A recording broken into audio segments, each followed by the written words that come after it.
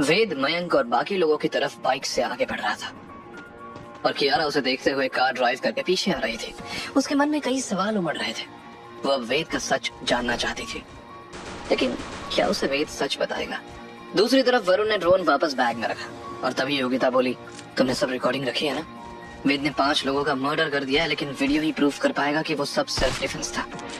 जब पुलिस आएगी तभी वीडियो दिखाना। ये कहते हुए योगिता ने अपना फोन निकाला और ऑफिसर श्रेया को कॉल किया, जो उसकी दोस्त भी थी। लेकिन तभी मयंक ने उसे रोकते हुए कहा, योगिता दीदी, पुलिस को कॉल करने की जरूरत नहीं है।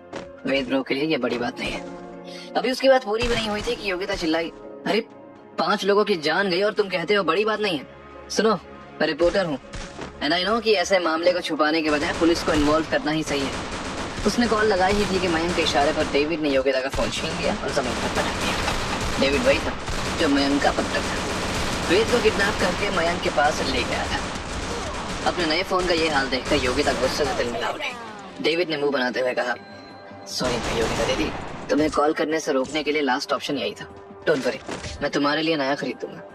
योगिता गुस्से में गुर्राई और उसने अपने पर्स से पेपर स्प्रे निकाला और डेविड, मयंक और वरुण के मुंह पर स्प्रे कर दिया।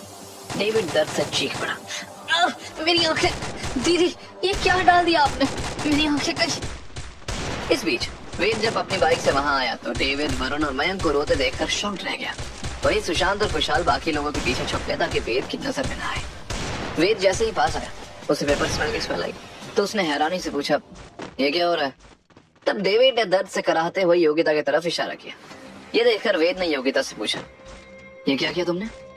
योगिता चिढ़ते हुए चिल्लाई, ये सब तुम्हारी गलती है। वेद ने पूछा, अब मैंने क्या किया? ये औरतों की प्रॉब्लम क्या है यार? तब योगिता टूटे हुए फोन की तरफ इशारा करते हुए सब बताने लगी। तब तक कियारा भी वहां पहुंच चुकी थी। योगिता की बातें सुनकर वेद ने डेविड की जेब से फोन निकालकर योगिता को देते हुए कहा, तुम्हें पुलिस को कॉल करना है ना? लो कर लो, मैं ऑफिसर श्रेया का नंबर दूं?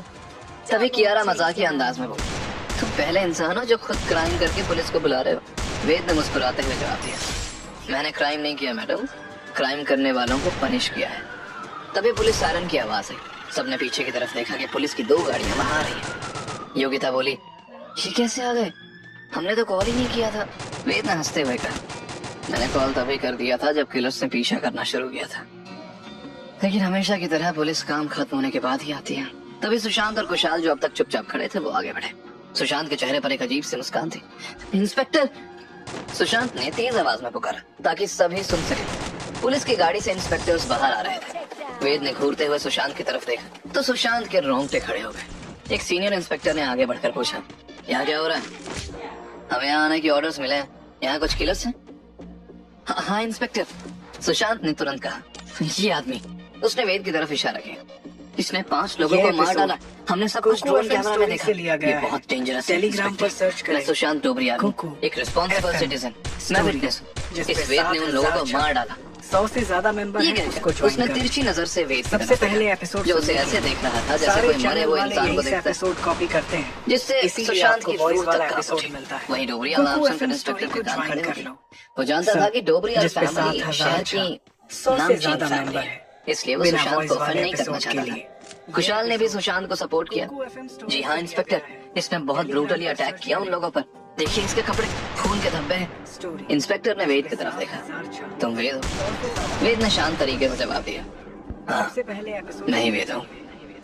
वेद के चेहरे पर जरा भी टेंशन नहीं था, जैसे उसे जेल जाने का डर ही ना हो। ये देखकर ऑफिसर भी हैरान था, इसलिए इंस्पेक्टर सख्त लहजे में बोला, तुम्हें कस्टडी में लेना होगा। मल्टीपल मर्डर्स के आरोप हैं तुम पर। मयंक तुरंत आगे बढ़ा और सफाई देते हुए बोला, मर्डर? इंस्पेक्टर ये गलत फहमी है। वेद ब्रो ने सिर्फ सेल्फ डिफेंस। सुशांत ने मयंक को बीच में ही रोकते हुए कहा, चुप रहो तुम, इसने गलत किया है और अब इसे कोई नहीं बचा पाएगा। यार आप बर्दाश्त नहीं कर पाई। वो आगे बढ़ी और गुस्से में बोली, शट अप सुशांत, तुम झूठ बोल रहे हो। वो लोग किलर्स थे जो वेद को मारने आए थे। इंस्पेक्टर ने पूछा, और आप कौन है मैडम? कियारा ने कॉन्फिडेंटली कहा, कियारा रायजादा, मैं वहां मौजूद थी, मैंने सब कुछ देखा। वो प्रोफेशनल किलर्स थे जिन्होंने पहले अटैक किया। इंस्पेक्टर कियारा को गौर से देखते हुए बोला, इंटरेस्टिंग, तो आप भी इन्वॉल्व हैं इस मैटर में। शायद आप दोनों ने मिलकर ये मर्डर्स किए हैं। अब चलो पुलिस स्टेशन। हवालात के पीछे जाओगे तो सच खुद ब खुद निकल आएगा। तभी एक पीछे कमांडिंग आवाज गूंजी, इनफ। पीछे एक और गाड़ी आकर रुकी थी जिससे श्रेया बाहर आई और घूरते हुए इंस्पेक्टर को देखने लगी। श्रेया के साथ आए बाकी पुलिस वाले गाड़ी से आगे किलर्स की तरफ बढ़ गए। श्रेया को देखकर इंस्पेक्टर अलर्ट हो गया। तभी योगिता ने भागकर श्रेया को अपनी तरफ खींचा और धीमी आवाज में बोली, श्रेया मैंने सब कुछ विटनेस किया है, वेद की गलती नहीं है। वो पांचों किलर्स वेद को मारने आए थे, उसने सेल्फ डिफेंस में उन्हें मार डाला। तुम वेद को बचा लोगी ना? ये इंस्पेक्टर तो कुछ सुनना ही नहीं चाहता। श्रेया ने योगिता की तरफ हैरानी से देखा और उसी वक्त कियारा ने भी योगिता और फिर वेद को देखा। श्रेया बोली, तुम्हें क्यों इतनी फिक्र हो रही है? ये वेद और तुम्हारा क्या चक्कर है? यही सवाल तो कियारा के मन में भी था। उसने घूरते हुए वेद को देखा तो वेद हैरानी से पूछा, अरे तुम मुझे क्यों जंगली बिल्ली की तरह नोचने के लिए तैयार हो जाती हो?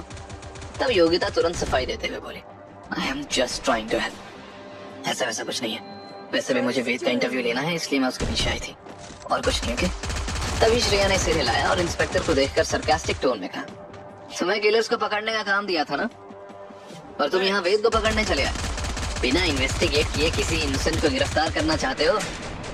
इंस्पेक्टर की तो सांस अटक गई। वो बहाना बनाते हुए बोला, नहीं मैडम, ये दोनों गवाही दे रहे थे।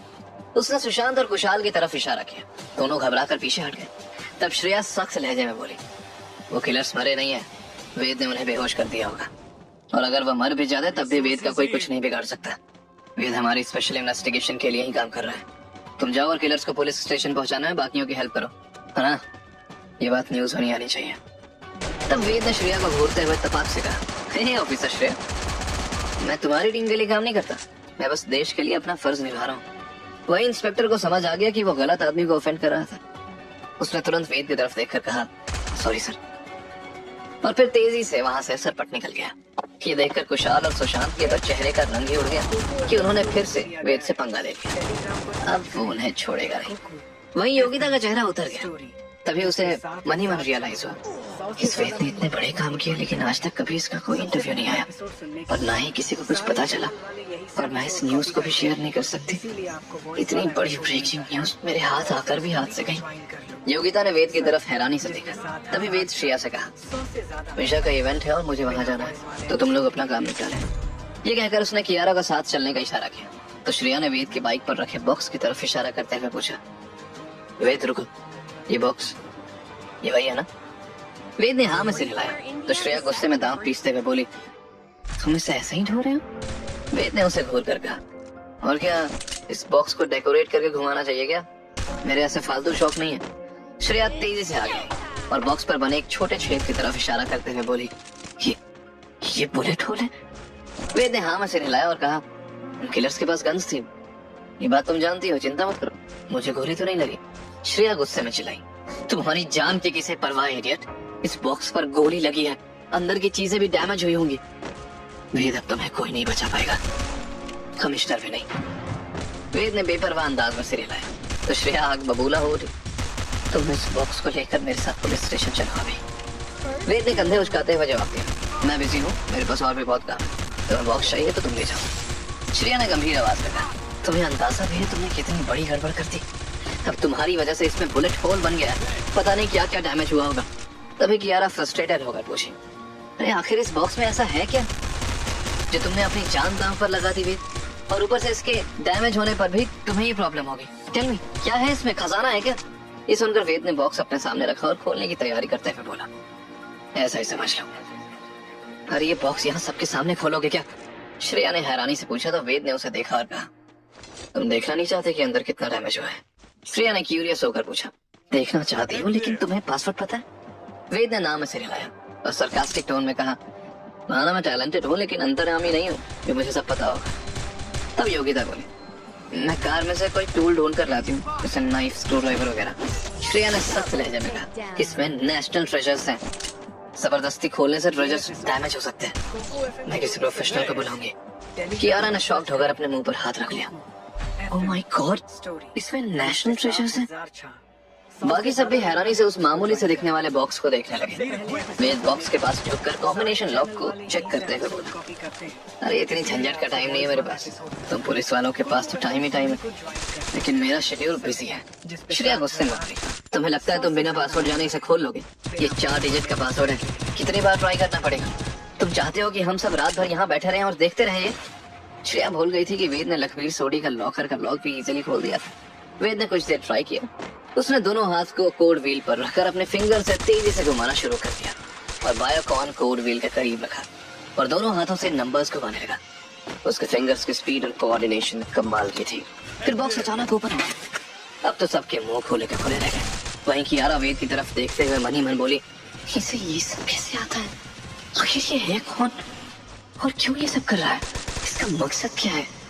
तभी वेद ने दोनों साइड के स्विचेस दबाए और 2 क्लिक के साथ बॉक्स खुल गया। ये घंटों का खेल था। ये तो 5 मिनट से भी कम समय में वेद ने कर दिखाया था। बॉक्स के अंदर के चमचमाते हुए सामान को देखकर वेद की भौहें तन गई। वहीं बाकी सब हैरानी से बॉक्स के अंदर का सामान देख रहे थे। खुशहाल चौंकते हुए बोला, इसमें तो कई हेयरलूम्स और एंशिएंट ट्रेजर है। My God, it's priceless. सबके सब झांक झांक कर बॉक्स के अंदर देख रहे थे। इन्होंने इतना कीमती सामान एक साथ कभी नहीं देखा था। सुशांत तो ट्रेजर्स की पिक्चर्स लेने लगा था। तभी सामान को गौर से देखने के बाद वेद ने श्रेया की तरफ देखा और गंभीरता से कहा, जैसा मैं सोच रहा था, यहाँ जो है सब फेक है, कुछ भी असली नहीं है। ये सुनकर श्रेया और बाकी सब शॉक्ड रह गए। लेकिन तभी वेद की नजर एक रिंग पर पड़ी। ये रिंग उसने अपने पेरेंट्स के पास देखी थी। उस रिंग को देखते ही वेद के चेहरे के एक्सप्रेशन बदल गए। क्या राज था उस रिंग में? वो रिंग यहाँ कहाँ से आई? अगर ये फेक ट्रेजर है तो असली कहाँ है? क्या वेद पता लगा पाएगा अपने पेरेंट्स से जुड़ा सच? जानने के लिए सुनते रहिए ये कहानी सिर्फ और सिर्फ पॉकेट एफएम पर।